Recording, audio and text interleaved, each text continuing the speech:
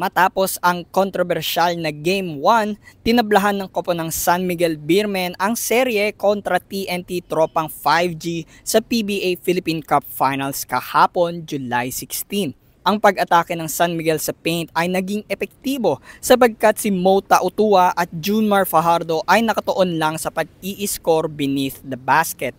Sa kasamaang palad, si Poy Eram na isang key player ng TNT ay namataang na-injured ang ankle at hindi na nakapagpatuloy sa paglalaro. Patuloy pa rin ang mainit na palitan ng dalawang koponan para maka-score sa final quarter, ngunit na-overwhelm ang TNT sa firepower ng SMB.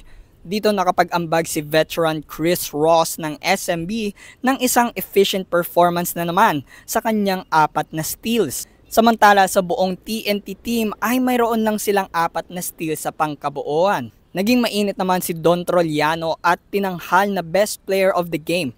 Pumutok at nagtala ito ng 22 points with 62% field goals. Effort team win ang sandigan ng koponan ng SMB kung saan naging dominant ito sa paint at ball distribution. Ang final score ng laro ay 98-92. Tabla na sa 7-game series ang dalawang koponan na 1-1 kung saan gaganapin ang Game 3 ng PBA Philippine Cup Finals sa Smart Araneta Coliseum, July 18. Abangan ang susunod na balitang sports, dito lamang yan sa EuroTV News. Ako muli si Kyle Basa, sumasaludo sa bawat Pilipino.